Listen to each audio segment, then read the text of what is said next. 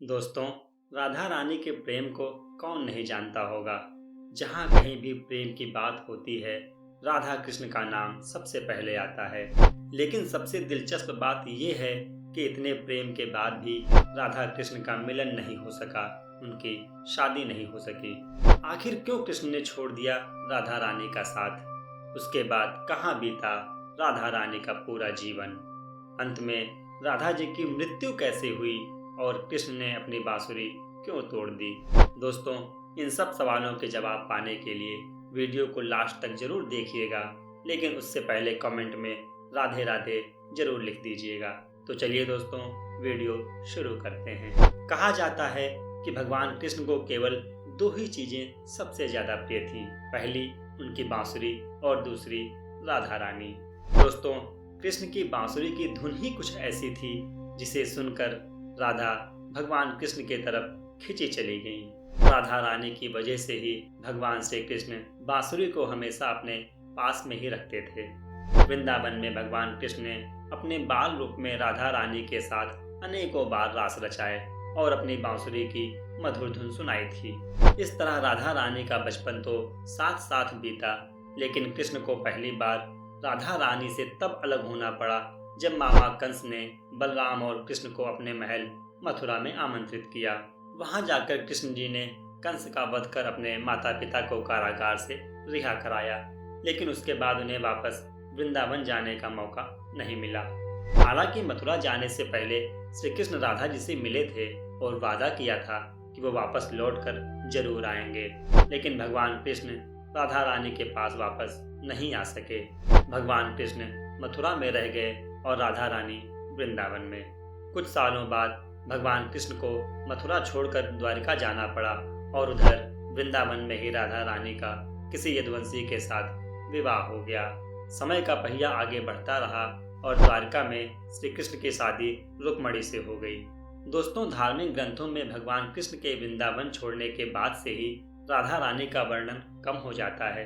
राधा रानी ने जहाँ पत्नी के तौर पर अपने सारे कर्तव्य पूरे किए, वहीं दूसरी तरफ भगवान श्री कृष्ण ने सांसारिक कल्याण के प्रति अपने सभी कर्तव्य निभाए। रुक्मणी से विवाह हो जाने के बाद श्री कृष्ण काफी समय तक द्वारिका में ही रहे और प्रजा की रक्षा की। इसी वजह से भगवान कृष्ण द्वारकाधीश के नाम से भी लोकप्रिय हुए। दोस्तों, सारे कर्तव्यों से मुक्त होने के बाद राधा रानी आखिरी बार अपने प्रियतम श्री कृष्ण से मिलने द्वारका पहुंची थी।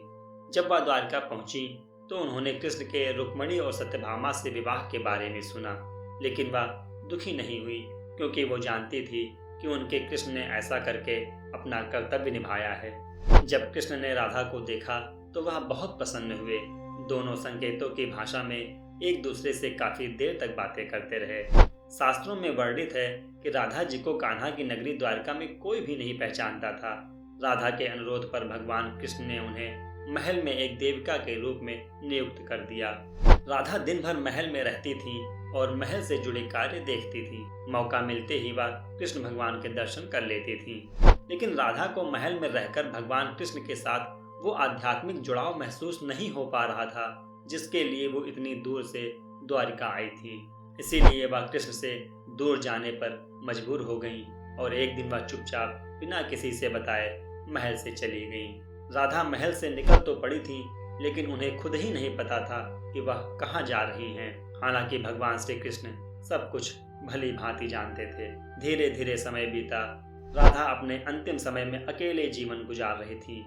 वह बूढ़ी और बेहद कमजोर हो गई थी और उस वक्त में उन्हें भगवान श्री कृष्ण की आवश्यकता पड़ी। राधा किसी भी तरह भगवान कृष्ण को देखना चाहती थी। भगवान कृष्ण को जैसे ही ये ज्ञात हुआ, वह तुरंत राधा रानी के सामने आ गए। श्री कृष्ण को अपने सामने देखकर राधा जी प्रसन्न हो गईं, लेकिन वो राधा जी का आखिरी समय था। उन्हें अपने प्राण त्याग कर दुनिया को अलविदा कहना था। कृष्ण जानते थे कि राधा जी के जीवन की डोर अब टूटने वाली है। उनका मन उदास था, फिर भी उन्होंने राधा जी से कहा कि वह उनसे कुछ मांगे, लेकिन राधा ने मना कर दिया। कृष्ण के दोबारा अनुरोध करने पर राधा ने कहा कि वह आखिरी बार उन्हें बांसुरी बजाते हुए देखना चाहती हैं। यह सुनते ही भगवान कृष्ण बेहद सुरीली धुन में बांसुरी बजाने लगे। बांसुरी की धुन सुनते सुनते राधा ने अपने शरीर का त्याग कर दिया और अपने परम धाम को चली गई। राधा के प्राण त्यागते ही भगवान श्री कृष्ण बेहद उदास हो गए। वे अपनी भावनाओं पर काबू नहीं रख सके और आवेश में आकर उन्होंने अपनी बांसुरी तोड़कर कोसों दूर फेंक दी। भगवान कृष्ण, राधा रानी और बांसुरी की ये घटना प्रेम की मिसाल के रूप में हमेशा के लिए अमर हो गई। उसके बाद से भगवान कृष्ण ने जीवन भर बांसुरी या कोई अन्य वादक यंत्र नहीं बजाया। दोस्तों, भगवान कृष्ण और राधा रानी के इस अमर प्रेम के बारे में आप क्या सोचते हैं? कमेंट करके हमें जरूर बताएं और वीडियो को ज़्यादा से ज़्यादा लोगों के साथ शेयर करें। जय राधा रानी, जय श्री कृष्णा।